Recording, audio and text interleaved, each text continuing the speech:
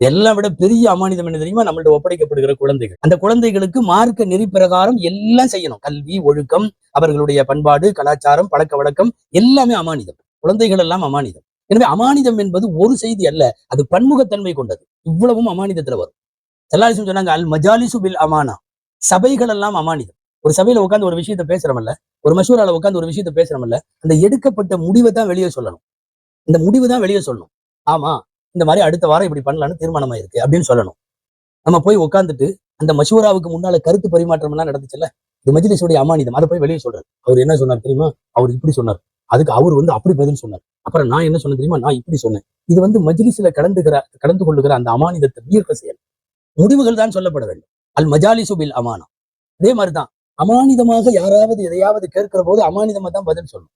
நாங்க இந்த மாப்பிள்ளையை கட்டலான்னு இருக்கிறோம், எங்க பொண்ணுக்கு இந்த மாப்பிள்ளையை கல்யாணம் பண்ணட்டுமா அப்படின்னா, ஒருத்தர் யார்ட்டையாவது மஷூரா கேட்டா, ரசூலுல்லாஹ்வுடைய ஹதீஸ், அல் முஸ்தஷாரு முஅத்தமனுன். மஷூரா செய்யப்படக்கூடியவர் அமானிதத்திற்கு சொந்தக்காரர்.